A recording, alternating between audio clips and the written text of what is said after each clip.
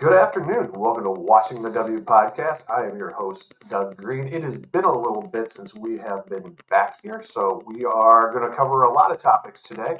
We're going to start by taking a look at the ending of the Unrivaled season. We'll take a look at the NCAA tournament, and then we will spend probably the majority of our time talking about all of the mock drafts and everything leading up to the WNBA draft on Monday night.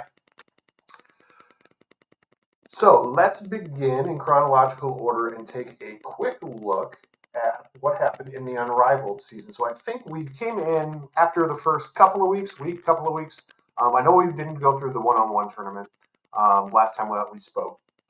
That was a great success. Unrivaled as a whole was a tremendous success in my eyes. We got to highlight players. We got to see people in a different light. We got to see personalities. We got to see players play with other people that they're not used to playing with. They made, it sounds like they actually broke even their first year, which is great for a year one kind of enterprise. So all in all, I think that was a great product that we saw. The commentators were great. The players were great. Everything around that whole thing was amazing. I think it only goes to serve and benefit and lift women's basketball going into the future. So I thought it was great. Congratulations to Nafisa Collier, who was named the league MVP. She was also the one-on-one champion, earned a bucket load of money for both of those things. And then congratulations to the Rose, who win the inaugural title there in that series. That actually, thanks to Chelsea Gray, just going bananas for a couple of games in a row and basically refusing to lose and carrying that team. Especially the last two games. I think the semifinals and the finals were without Angel Reese. So that team was basically carried by Chelsea Gray and a couple of waiver ladies. So that was quite an impressive performance. Chelsea Gray then was, of course, named Finals MVP, Playoffs MVP, just like you would expect for that. So all in all, I thought Unrivaled was a great product. Can't wait to see that come back again next winter. Really excited for that. Great format, and just did great things for the WNBA. Moving on to some more recent news, we just passed the the NCAA tournament here this past weekend.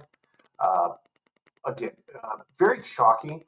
Went pretty much how the way that I expected. I did very well in my bracket. Thank you very much. UConn ends up taking it as the 2 seed.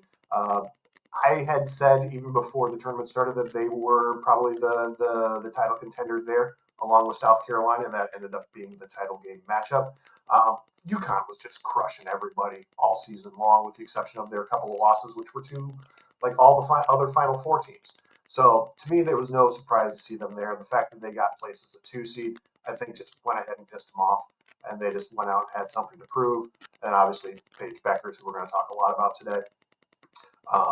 She wanted to complete her senior season, her final season at UConn with a title, and managed to go out and do that. So congratulations to the Lady Huskies going out, taking the title, burning through basically the entire other 67 teams, and playing really, really well and winning that national title.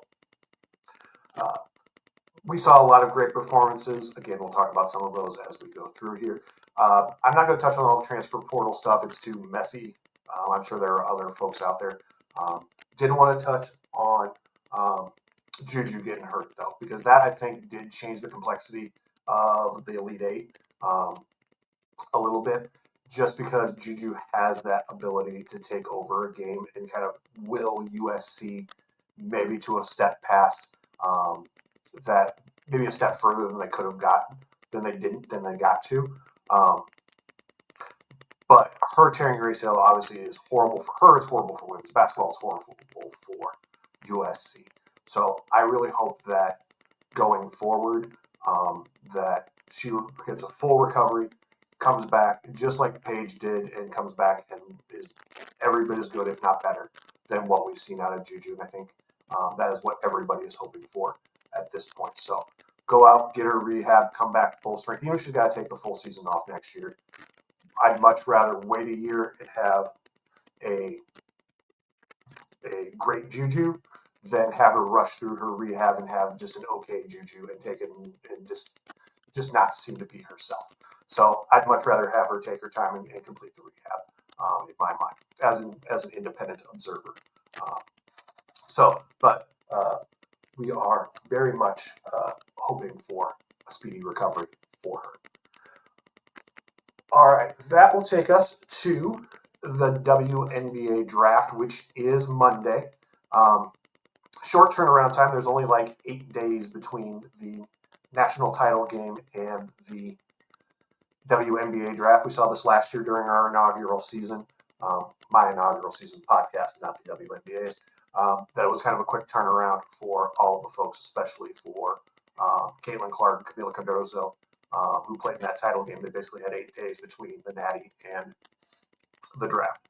So Paige has got the same kind of situation here where she's out. She's doing media and doing interviews and all that kind of crazy stuff. So not a lot of time in there. So we're going to go over some of the popular mock drafts that I've seen. I'll give my kind of opinions on some players and some thoughts on where people land and kind of what other sites are saying throughout all this. Thankfully, this year I've got a little bit better handle on most of the names that we're going to be talking about today, at least the big names. I think last year, I didn't even know who Alyssa Keeley was. So this year, I feel a little bit much more confident in discussing some of these collegiate players coming into the league. So, like last year, we're going to start with the athletic mock draft. I feel like those folks are kind of the cream of the crop, so they're really kind of the best ones to kind of discuss. I really kind of like their opinions the most. I feel those are most in line with mine for the most part. Obviously, not everything I agree with, but we'll see kind of how it goes. But we've got some interesting things that we'll talk about, where certain people land, what has changed in here. Before we get started, we did want to talk about there were 2 major shakeups for this draft class. 2 players decided to stay in school, and that's Flau'jae Johnson and Olivia Miles. Flau'jae looks like she's staying at LSU, and then Olivia Miles went to the portal and she moved from Notre Dame to TCU. So we'll see how those 2 moves shake out for those ladies, but that did change the complexity of this draft a little bit. So across the board, excuse me while I take a quick drink.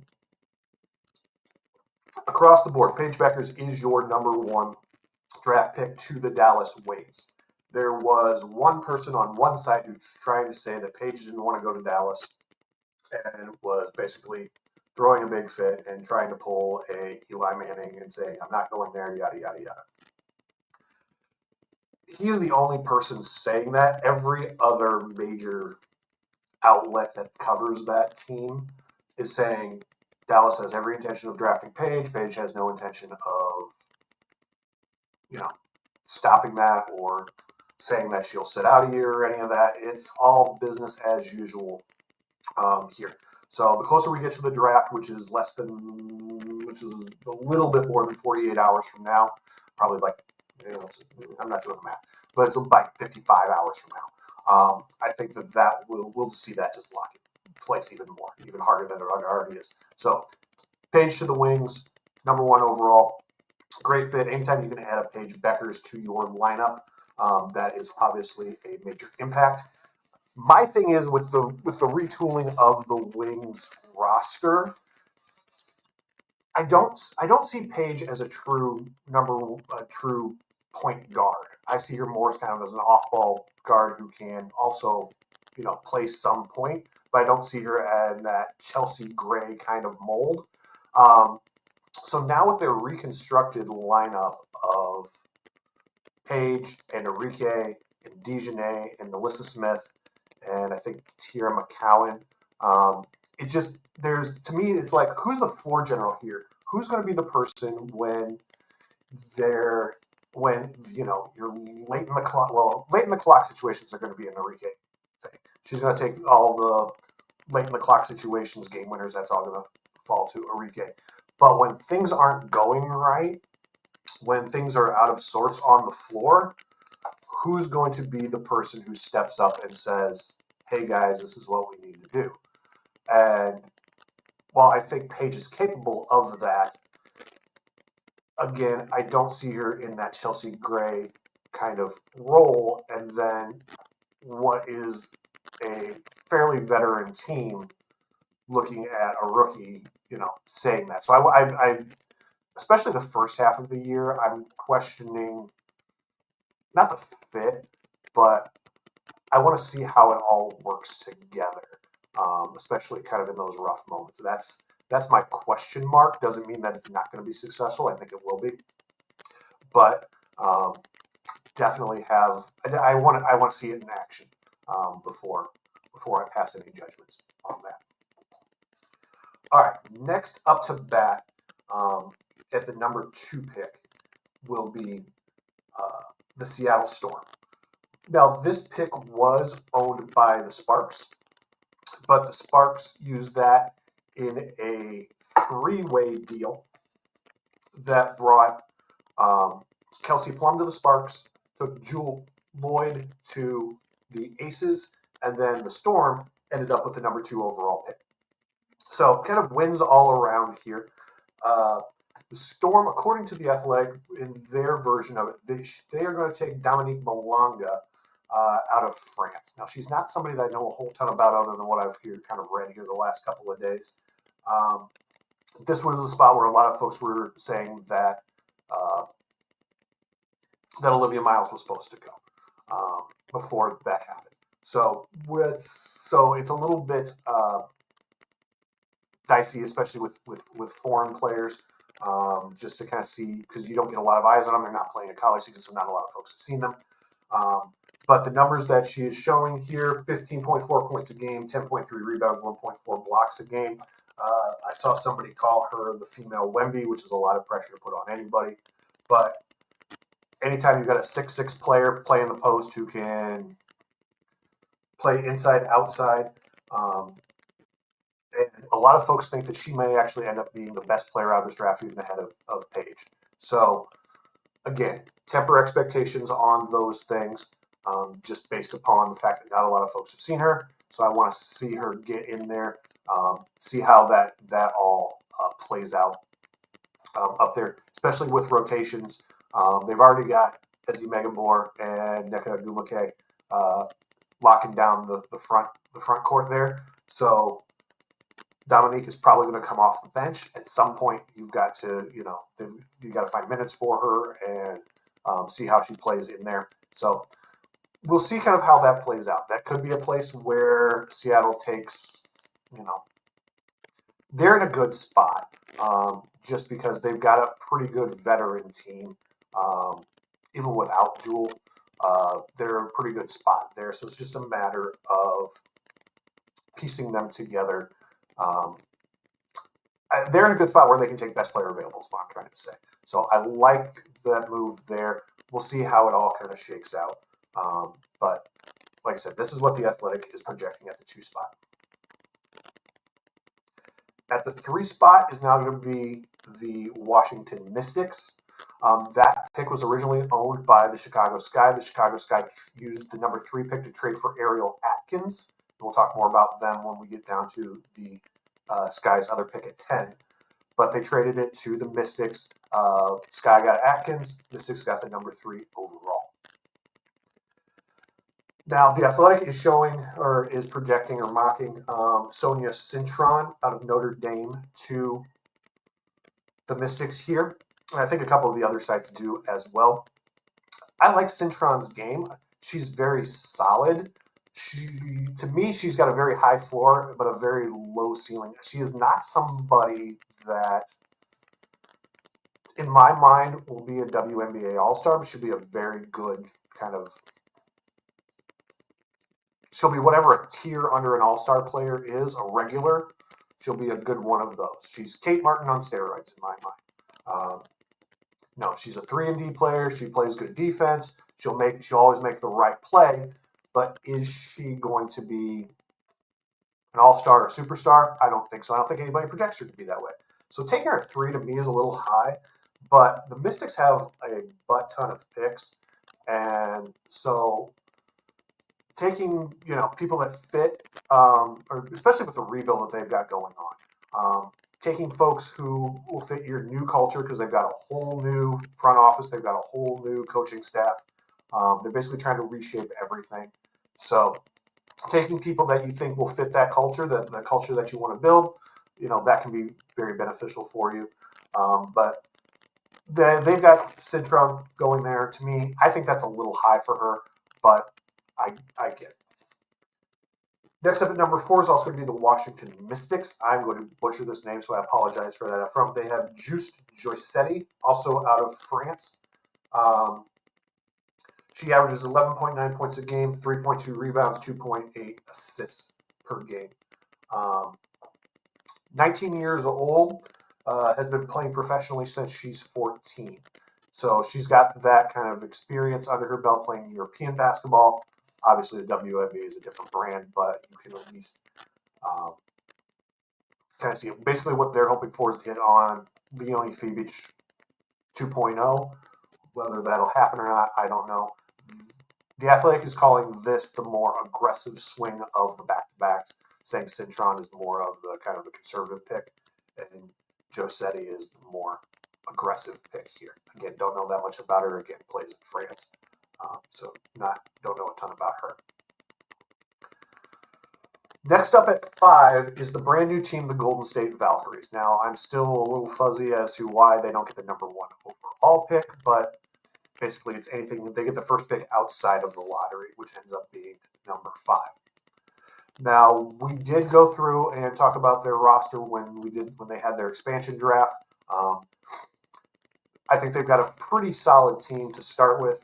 They've got Tip Hayes, they've got Kate Martin, they've got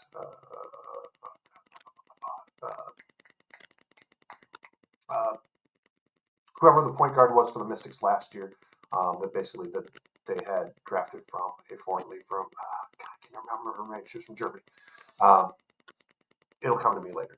But so they've got a lot of. They're looking. Excuse me. They're looking to try and compete early on. So they've got a little bit more kind of a veteran roster than what you would typically see. Athletic is projecting Kiki Iriafen to the Valkyries here. Played at Stanford, played 1 year at USC with Juju. She was up and down once Juju went out. The first game that Juju went out, she kind of came in and took over and I think scored 35. But then the next game after that where they lost, I think whoever they were playing, I think it was UConn, held her down pretty well. So overall, she's a very good player. 18 points a game, 8.4 rebounds, shoots 81% from the free throw line, 6'3" forward, kind of that power forward kind of mold there. So we'll see how she fits in there. But basically, to be the first draft pick of a franchise, they're looking for somebody that they can build around that's going to be very solid. So they're not going to be looking for, in my mind, anybody that they're rolling the dice on like Malanga or Josetti.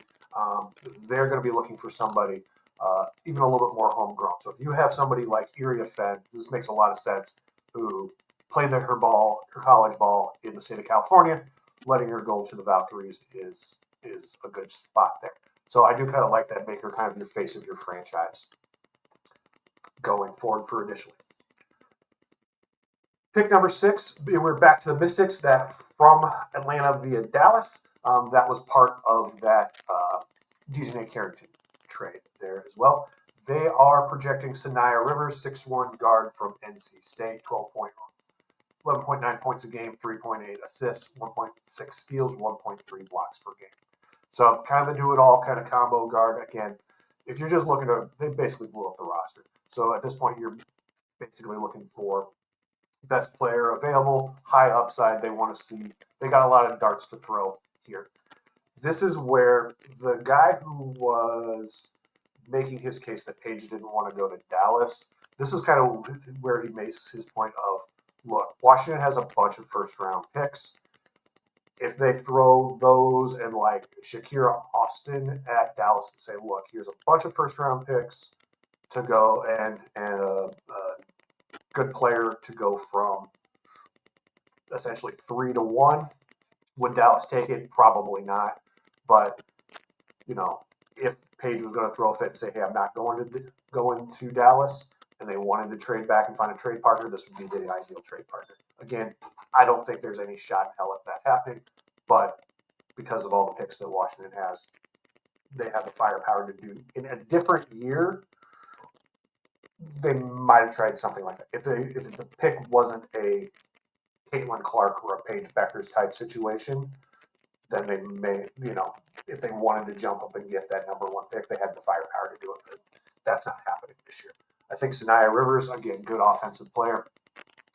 I think it's a nice fit there with them. I think you've got Cintron, you've got Giuseppe, you've got Austin, and then you've got Aaliyah Edwards. That's a good foundational core. 4 very good young players there. Now you just need a floor general to lead all those folks and have somebody a veteran. And they've got Brittany Sykes as well. So Slim can kind of lead the young pups there. Might have something brewing there, but again, depends on the coaching in the front office and how all that team comes together, especially with a bunch of young new faces and putting a new whole culture together. All right, next up is number 7 is the Connecticut Sun from Phoenix via New York. I said the last pick was the DeJounte Carrington deal. I lied about this one here. They have Anissa Morrow going at this spot from LSU. 18.7 points a game, 13.8 rebounds a game, 2.5 steals per game. Anissa Morrow, people talk about her like she's undersized. Think of kind of Charles Barkley in that they listed Chuck at 6'7", who Chuck was more like 6'4", playing a power forward back in the day, if you're old like me. So a little bit kind of that undersized, but she is somebody who is just a motor, just plays hard all of the time, is just, she's somebody who the Sun, who basically, again, also blew up their roster and they've left with basically now Marina Mabry and, I can see her skating in front of me. From the Wings. I can't remember her name. She was the number 5 overall pick last year. I'm sure you guys are screaming the name at me. I just can't remember right now. I can see her standing in front of me. She's coaching Ohio State in the offseason. You know exactly who I'm talking about. But basically, that's a good fit, especially for a rebuilding team. Give me the try-hard who balances Marina's outside scoring with an inside presence. I think that's a good pick for the Sun there at 7. Then they also have at 8 back-to-back picks there. Cheyenne Sellers from Maryland, 14.4 points a game, 4.1 assists, almost 41% from 3. Again, kind of a little mini Mabry with that situation. So looking to get some explosive firepower outside on there on the edge. And they've got Morrow down low, who can clean up all of the misses and the rebounds for that. So I think that's a good pick for them. At 9 is going to be the Sparks. They basically had a pick swap. So this would be Seattle's initial pick back from that Kelsey Plum deal. And they are being mocked to select Serena Sundell, 6'1" guard from K-State, 14.1 points a game, 7.3 assists, and 1.1 steals per game. I personally think this is a little high for Sundell. To me, Haley Van Lith was the better player on that team. I know there's a lot of questions about Van Lith's defense, but to me, if I had to pick between the two, I would pick Van Lith over Sundell. I think Sundell's more of a second rounder in this league. I think that she'll make a roster, and I think that she'll play, but I think that number 9 overall is a little high for her. That said, could be one of those fit kind of things, because now the Sparks have a really good core of, you've got Kelsey Plum, you've got Ray Burrell, who we saw grow really well in Unrivaled. You've got Cam Brink, you've got Dearica Hamby, you've got a really good kind of front court there. And Rakia Jackson. So you've got a really good kind of starting unit. And then if you can bring somebody like Sundell off the bench or Van Lith or whoever you consider to be kind of the BPA here, as kind of offense off the bench, I think that's going to be really good. I think that just to give them better depth, I think will go a long way for the Sparks with that. So I like. So I will. They have the luxury of being able to kind of pick best player available here, what they feel is the best fit for their squad. All right, now we're up to number 10 in Chicago, and their pick, and then they got this one. This is the pick that they got from Connecticut in the Marina Mabry deal. The 3 was their original pick. So I have added some pieces here in the offseason. They've added Beck Allen. They've added Courtney Vandersloot. They've added Kia Nurse to go with Camilla and Angel down low. Which that in and of itself is a pretty good roster, pretty good starting 5. Now, what they should have done last year, which this mock is trying to accomplish this year, is what they don't have a young point guard. Sloot's not going to play forever. Kia Nurse is basically kind of on a 1-year deal because everybody kind of assumes that she's going to go to Toronto for the tempo. She's going to be kind of their face of their franchise since she's a Canadian and Toronto native. So I expect to only see Nurse in Chicago for a season. And then Sluty is, getting up there. She's not going to play another 5-10 years. Let's be serious. She's probably not going to play another 3. So you need to bring in a young point guard to kind of take up that guard spot. Now, the Athletic here has Takina Paopao coming in and taking that spot. Love Paopao, love her game, love her outside shooting. There are a couple of other ones, and we'll talk about them when we get there. And then basically to lead into the number 11 pick, the Lynx take Georgia Amore. I would flip those personally. I like Amore a little bit better than Paopao in terms of her style of play on the floor. So I would take Amore for Chicago just because they need that floor general more, and then let the Lynx have Paopao so that she can have more of that outside shooting that they lost when during the expansion draft, and one of their outside shooters went to Golden State. So I think I would flip those 2. I think that's a better fit both wise. If you would have told me before that this guy's going to end up with Paopao, totally fine with that. I think Georgia Amore, though, is a better floor general point guard, more of a classic Chelsea Gray kind of floor general point guard. So to me, Amore's the better fit in Chicago, but we'll see how it all shakes out. Next up at 12 is the Wings again. They from the Liberty via Phoenix. They have the Athletic has mocked Rhea Marshall, 6'4" forward center from USC here. Again, size. Again, I think it's McCowan that's down there. If you want to pair her up with Melissa Smith, give yourself that 2 towers kind of going forward. I think that's a good pick there. Again, you've got Paige in this draft. Anything you're going to pick up at 12 and in the second round, you're just basically playing with house money at that point. So take your best shot here with those. So I kind of like that. There is no 13th pick in this draft. That was forfeited from the Aces, so there won't be a 13th pick in this draft. There will be 13 picks in round 2 and 3.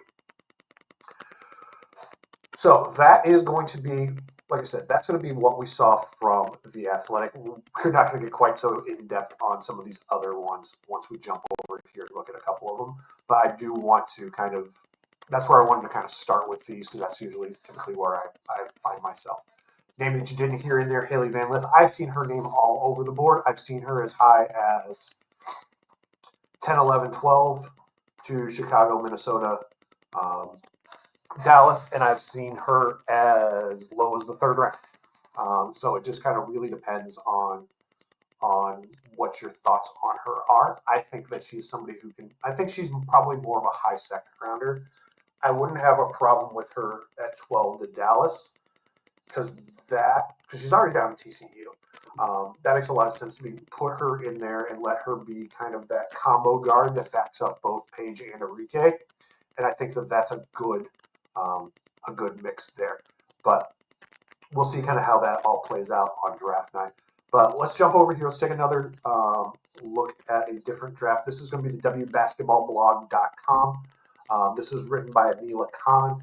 She's W Hoops blogger on Threads. If you follow her, she does a really great job up there. She goes 3 rounds deep on here, but she doesn't have analysis, so it's basically just names. So we'll just kind of run through these real quick. What she's got. So obviously, number 1 overall, she's got Paige. Number 2, she's got Kiki Iriafen going to the Storm. Sonia Citron's locked in at 3 for the Mystics. She's got Haley Van Lith going to the Mystics at 4. So again, the Athletic didn't have her in the top 12 at all, and Anila's got her at number 4 overall. So there's a wide variety of opinions. And that's just the way that the WNBA is in terms of drafting, to be quite honest. If you pulled 10 NFL scouts for their top 100 players, 95 of those top 100 would all be the same. If you pulled 10 WNBA scouts for their top 15 players, I would say only 7 of those would be the same. Like, it's so all over the board in terms of basketball scouting. I don't know why. But it's just one of those crazy things of it's just everybody seems to be just different in terms of what they think about fits and players' abilities to play in the W. So it's really kind of different. So it's really kind of interesting to see all these different mock drafts, which is why I wanted to run through these. So 4 was Van Lith here on the W Basketball blog. 5, they had Anissa Morrow going to the Valkyries. Again, a little higher than the Athletic, but again, I like that fit there. Again, Valkyries are looking for somebody that they can kind of hang their hat on. She's got the Mystics taking Malanga at 6.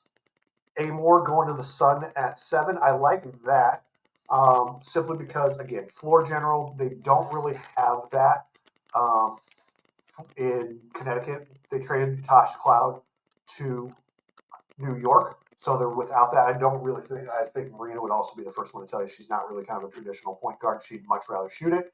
So they need that floor general while they're rebuilding that team. So I think Georgia would give them that. Then she's got Aja Savakov out of Slovenia at 8. Again, the European players will always throw a curveball in this. WNBA doesn't seem to be as enamored with European players the way that the men's NBA is. So interesting to see some Sivka there. She's got Sedona Prince going to number 9 to the Sparks. Prince has had some controversy. We're not going to get into her controversy, but again, some folks don't even have her on their draft board. Other folks have her as high as 9 here. So it really just kind of depends on what you think in terms of Prince's game. She did not look good in the NCAA tournament. And then she has some off-court issues. Again, we're not going to discuss those today. But, it's really kind of pick your flavor there with that. 10 with the Sky, she's got Pow Pow. 11 with the Lynx, Cheyenne Sellers. And then rounds out the first round of the Wings with Isaiah James from NC State, the scorer from there. So, again, I like that fit. Again, to give you the ability to back up both Paige and Enrique. Like I said, she does do 3 rounds here in the second round. She's going to first pick in the second round belongs to the Aces. She's got Serena Sundell going to there. Second overall pick is the Dallas Wings. That's going to be Leah King from Notre Dame. The Lynx will pick at 3. That is Anastasia Kuso out of Russia. Then she's got the Sky at number 4 in the second round with Sanaya Rivers out of NC State. The Valkyries picking 5th with Michaela Thompson out of Florida State. The Dream at number 6, J.J. Quinterly out of West Virginia. The Fever at 7, Taylor Jones from Texas. 8, Indiana Fever, Sarah Ashley Barker from Alabama. Barker actually got the invite to attend the draft, which probably means that she's going to be a little bit higher than second round, I would think. But just the fact that she had that big tournament showing, got a bit of a blow up, gets her pushed up the board there. But I feel like second round is good for her. Taylor Jones is somebody that I would like a lot. I would actually expect her to be a little bit higher. I think just that big body presence, just those classic centers, I would think that she would be somebody. She did not get the invitation, but I could see her going early second round. I like, if you're looking for a big post, she's somebody that I think would play really well there. Again, if the Wings don't take, a big post at 12, they can certainly take one there at essentially 14, and basically have, again, the Twin Towers down there with Melissa Smith if they chose. All right, at number 9 in the second round is the Sparks. She's got Lucy Olson from Iowa. Obviously, I'm here in Hawkeye country. I see a lot of Lucy Olson play. I think Lucy Olson is a pro. I do think that she is going to be somebody who will make a roster. She will get drafted. She will make a roster. I think LA would be a really good fit for her. Let her go out there and play behind Kelsey Plum and Ray Burrell, and just kind of give them that pure kind of shooter that will help balance off, especially with the two bigs of Dearica and Cam. I think that's going to I think that'd be a really kind of nice balance off the bench. At 10 picks the Sky, Alyssa Utsby from North Carolina. 11 is the Mystics, Deanya Gaston from Auburn. 12, Minnesota Lynx, Janiyah Barker, doesn't have a team next to her. And then for the 13th pick in the second round, Anila has Juste Josetti out of Lithuania. So again, we saw the Athletic have Josetti at 4, and then here Anila's got her all the way at 25. So a lot of back and forth with these. Jumping into the third round, first overall pick is the Storm in the third round. They've got Harmony Turner out of Harvard. The Wings are at number 2, Diamond Johnson, Norfolk State. Third pick would be the Sparks, Alexis Markowski out of Nebraska. Fourth pick, Seattle Storm, Aaronette Vonleh from Baylor. I think that's a little low for her. I could see her somewhere in the second round, just push up a little bit higher, but that's just me. Number 5 is the Valkyries, Madison Connor out of TCU. The Wings, Zay Green out of Alabama. The Mystics are at 7 with Aaliyah Nye out of Alabama. The Fever are at third round pick 8 with Madison Scott, Ole Miss. 9 is the Storm, Kendall Bostic out of Illinois. 10 is the Aces, Maddie Westbeld from Notre Dame. 11 is the Dream, Kiera Wheeler from Norfolk State. 12 is Minnesota Lynx, Sanaya Fagan from South Carolina. And then 13th is the Liberty.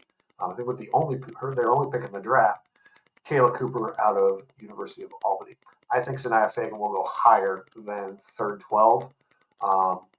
Again, see somebody I can see in the second round, maybe early third, depending upon if the WNBA execs like those European players and pushes some of those other folks down, then maybe Fagan goes third round, higher third round in my mind there. But I see her maybe kind of a more second half of the second round type player. But we'll see how the execs think of that.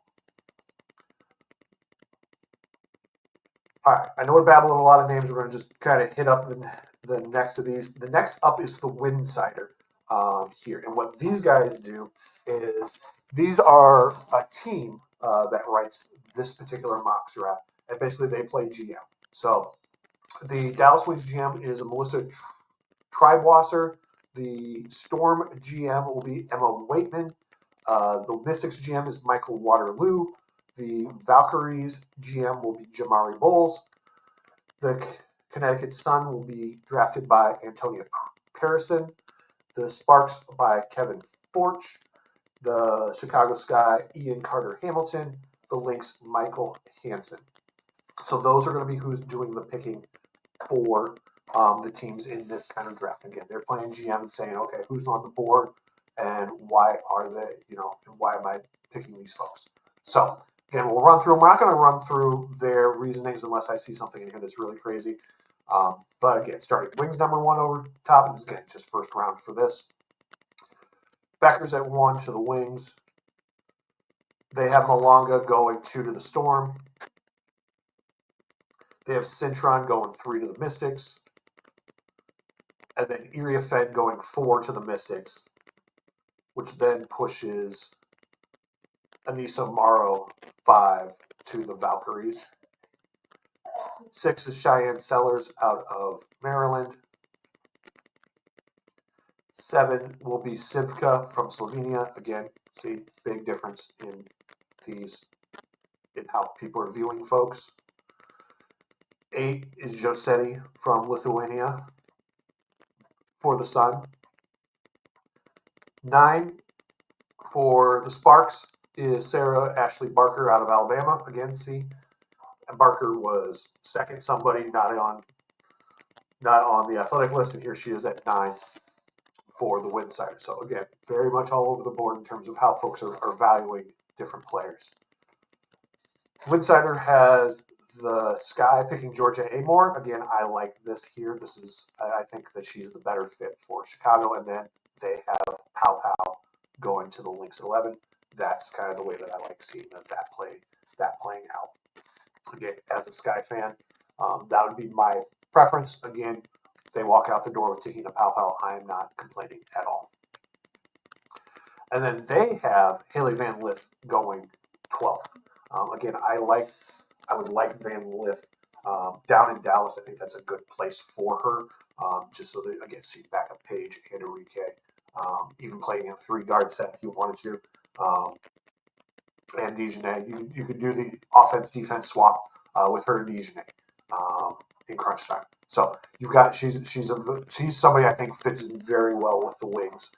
I would like to see her kind of laying there, but again, we'll see what Kurt Miller and the coaching staff think about that.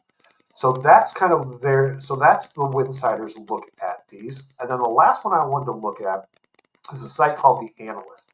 And these guys are a little bit more analytics based. They have based upon what they're calling a drip score. We're going to see how they calculate that. Their drip score is basically, I should have read this before I got mine.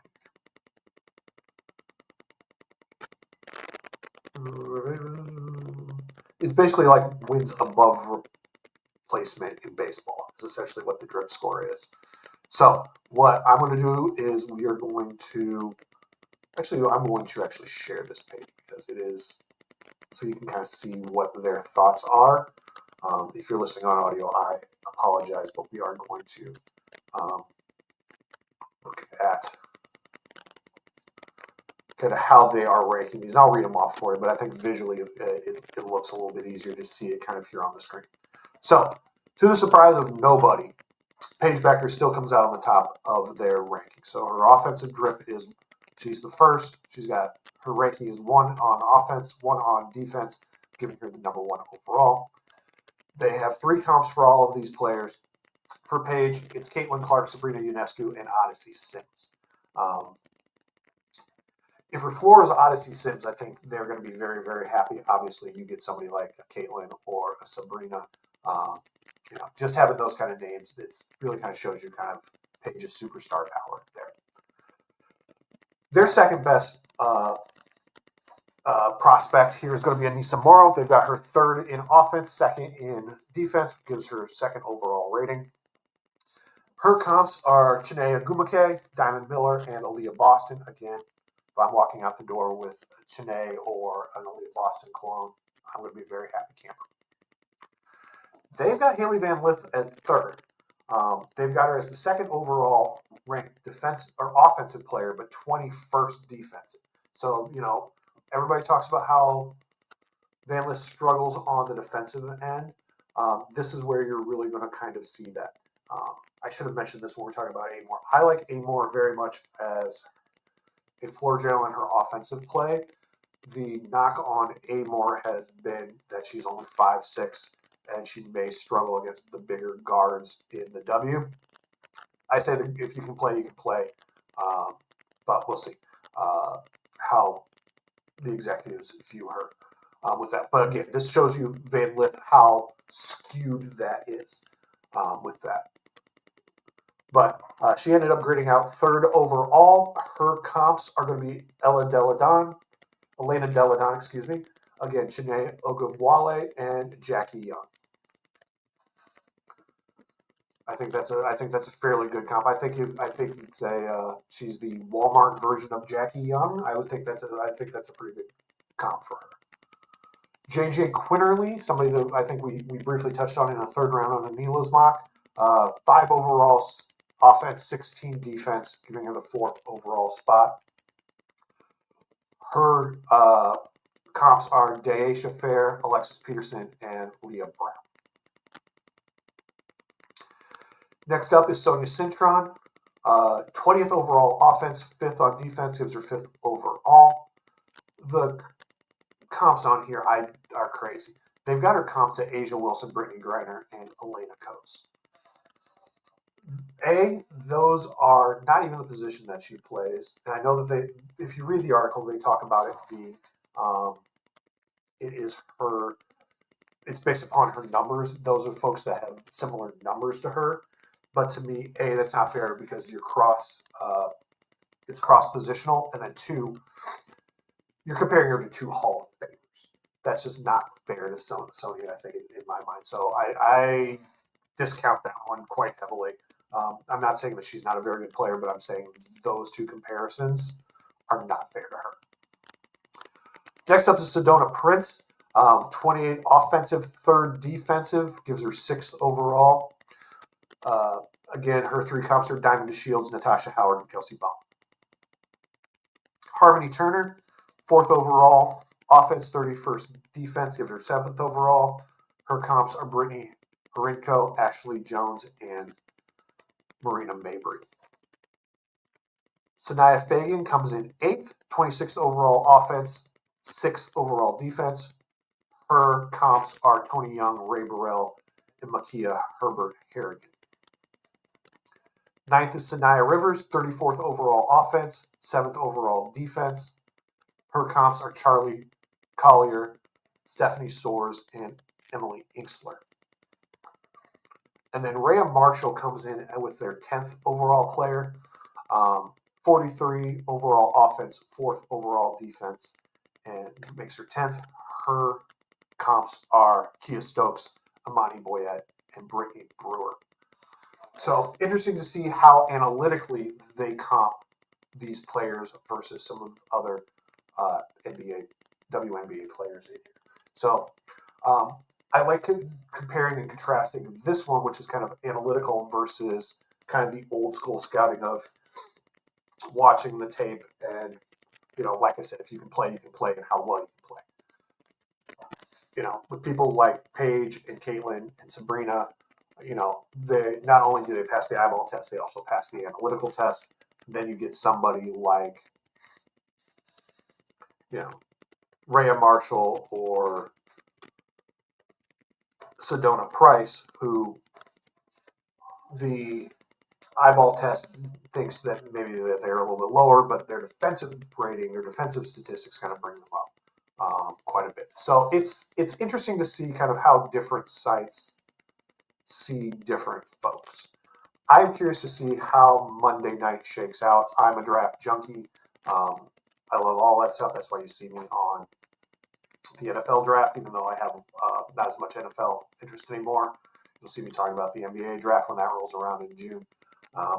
But for the WNBA draft, I think this is going to be an interesting year just because of the talk around it is basically, yes, Paige is your superstar, that number 1 overall pick right at the top of the draft, but there's a lot of question marks after that. Like we talked about, the big name, does Morrow have enough size? Does Amore have enough size? And Van Lith play enough defense? Can Sonia Cintron's probably the most solid of them all, but she's got a low ceiling and a high floor. So she's kind of, there's not a lot of upside there. So where can you kind of capture that lightning in a bottle? Who do you think has the most upside and the best fit for your squad?